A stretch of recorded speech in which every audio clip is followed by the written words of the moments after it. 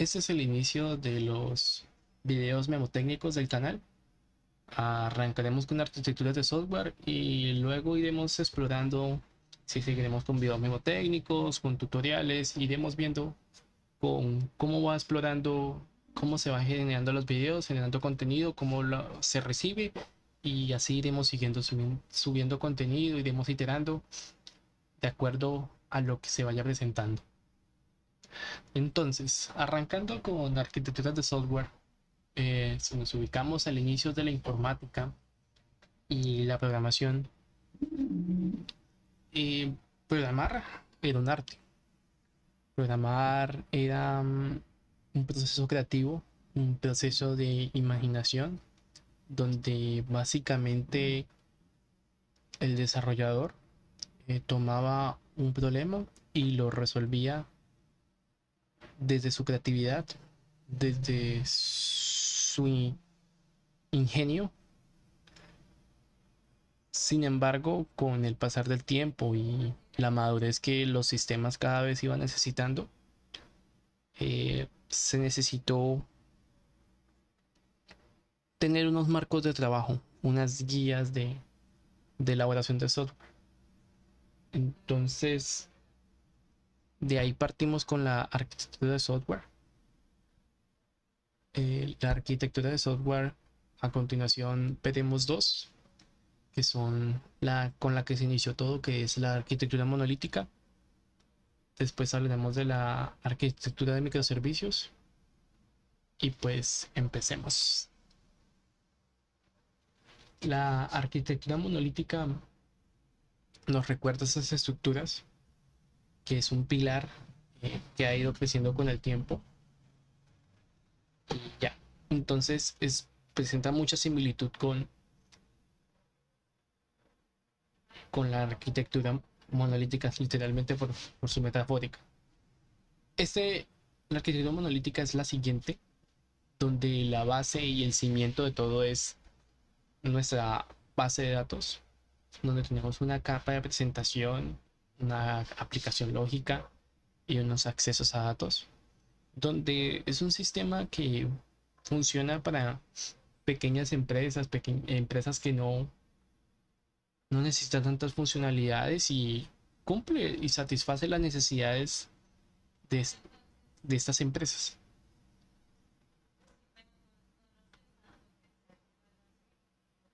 Eh, Tiene sus ventajas, como por ejemplo que es fácil de compilar, que es fácil de entender precisamente por su flujo sencillo. Solo hay una base de código, entonces lo hace fácil de compilar. El código se ejecuta en un único proceso y un espacio de memoria, entonces se hace también fácil de depurar y pues también fácil de entender precisamente porque su estructura tiene menos elementos móviles, lo cual hace mucho más fácil de entender. Sin embargo, con el tiempo y al necesitar nuevas características, presentan unas desventajas. Esas desventajas, para la mayor desventaja es el alto acoplamiento, lo cual hace que exista una difícil mantenibilidad del código. También hace que sea difícil de testear.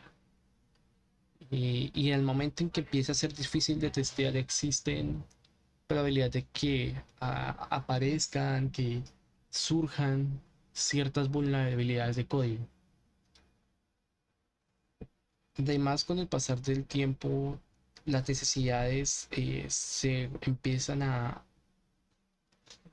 segmentar, donde las necesidades de un usuario empiezan a ser más recurrentes y esa recursividad, recurrencia, hace que necesitamos escalar ese en específico. Entonces, este sistema no se puede escalar de manera independiente porque pues están estrechamente acoplados. Continuando con la arquitectura de microservicios, es la siguiente, donde vemos que básicamente los microservicios se dividen de acuerdo a funcionalidades, módulos, como lo queramos plantear de acuerdo a las necesidades empresariales. En este caso se divide de acuerdo a productos, órdenes, pagos y usuarios. Y una única capa de presentación con cada base de datos independiente. Esto trae consigo unas ventajas y unas desventajas. Por ejemplo, las ventajas es que la escalabilidad es independiente. Por ejemplo, en el caso de Netflix, el microservicio de usuarios debería tener, no debería ser tan grande, pero por ejemplo el microservicio que maneja el streaming debería tener gran capacidad de consumo porque es el core, gran capacidad de cómputo, gran capacidad de memoria, de base de datos, lo que necesite, todos los recursos irían prácticamente a ese core de negocio. Desde mi ignorancia, ¿no? Falta ver si Netflix cómo le da la prioridad a eso. Em, entonces, como podemos ver, podemos decidir qué escalamos y qué no, lo cual lo hace muy interesante. Tolerante a fallos, por ejemplo, si esas funcionalidades se pueden segmentar, es decir, si por ejemplo existe algún problema con la con la autenticación de usuarios o la persistencia de la sesión,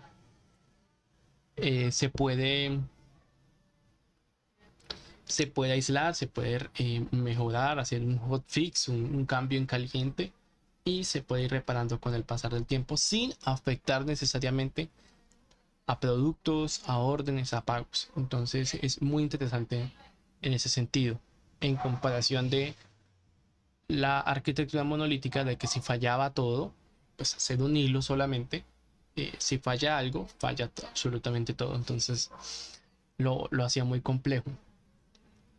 Eh, por su alto acoplamiento, ¿no?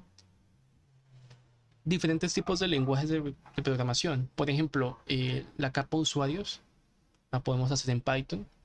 La capa de productos, por ejemplo, la podemos hacer en Java. Órdenes la podemos hacer en Node.js. Y payments también con Python, por ejemplo. Sin embargo, esto trae de por sí, es una ventaja. Sin embargo, el stack con diferentes lenguajes es de acuerdo a ciertas necesidades. Podemos implementar todos los microservicios con Java, por ejemplo, y porque ese fue el stack original. Pero podemos ir mirando por qué estamos usando un tipo de lenguaje. Por ejemplo, si estamos usando Machine Learning, la ideal es que usemos Python, precisamente porque es mucho más sencillo manejar cosas con Python o con R para temas de Machine Learning. O para los capas de usuarios podemos usar Java y, por ejemplo, si estamos implementando eh, soluciones de Internet de las Cosas, pues usaríamos Node.js de ser necesario. Pero estos stacks de lenguajes de programación para las soluciones en sí debe tener un porqué, más no de que levantamos el dedo y miramos para dónde corre el viento y decimos, ah, corre hacia la derecha, vamos con PHP.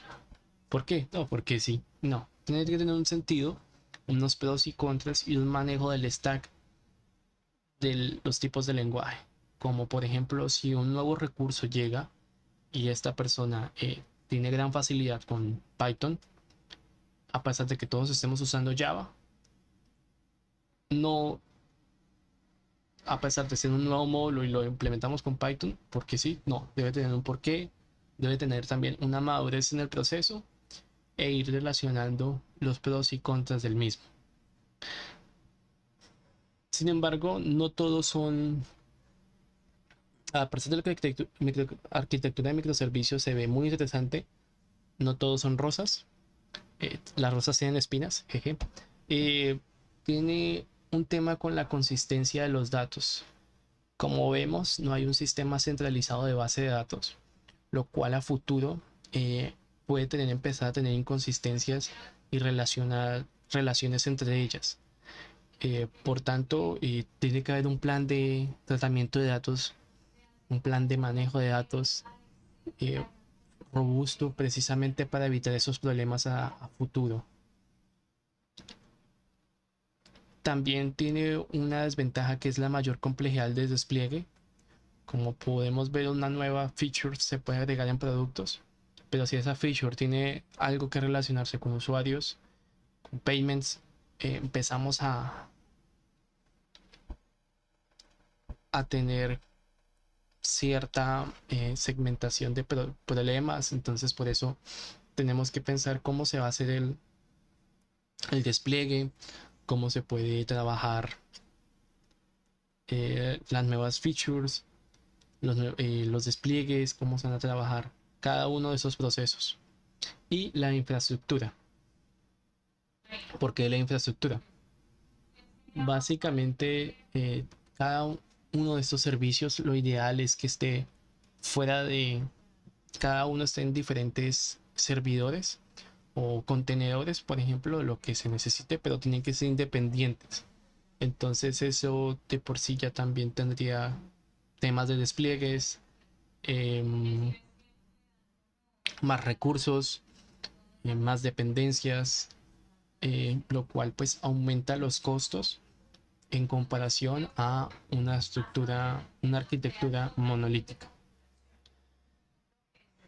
Bueno, conociendo así rápidamente los microservicios y la arquitectura monolítica, como tocamos de ese pequeño abrebocas, nos preguntamos, por ejemplo, una conclusión rápida es: ¿los microservicios son mejores que los monolitos?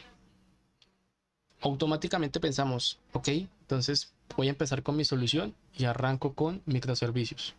Siempre arranco con microservicios. Hey, pero espera, ¿estás seguro que es lo mejor con lo que puedes empezar? Y la respuesta es depende. Depende. Si arrancamos con una solución, lo ideal es arrancar con un monolito. No queremos manejar, segmentar, por ejemplo, una aplicación desde cero. No la queremos manejar toda con microservicios, porque tendríamos que desplegar contenedores, tendríamos que desplegar servidores, diferentes bases de datos, y sería difícil de mantener cada uno con un stack limitado de desarrolladores. Consideraría que lo mejor en un primer paso, en un primer paso, se arrancarse con una arquitectura monolítica, y cuando ya esta tenga la madurez necesaria, se empieza a migrar con microservicios de acuerdo a las necesidades del usuario, de acuerdo a las necesidades de negocio, para que de por sí el usuario no le importa si ustedes tienen una arquitectura monolítica, si se tiene una arquitectura de microservicios, él necesita es funcionalidad. Y dependiendo del volumen de cada uno, se puede implementar una arquitectura monolítica inicial e irse migrando a microservicios. O al contrario, si por lo menos las necesidades del usuario al inicio son muy altas, se necesita un tema de alta transaccionalidad, lo mejor pues efectivamente es empezar con microservicios. Y listo, eso sería todo en esta primera sesión. Espero haya sido de valor. Más adelante iremos mirando casos de uso, problemas, situaciones como migraciones de arquitecturas monolíticas a profundidad, migración de arquitecturas monolíticas a microservicios, y también desde los microservicios ver la variedad de soluciones que se pueden presentar. Eso sería todo. Muchas gracias. Nos vemos en el siguiente video.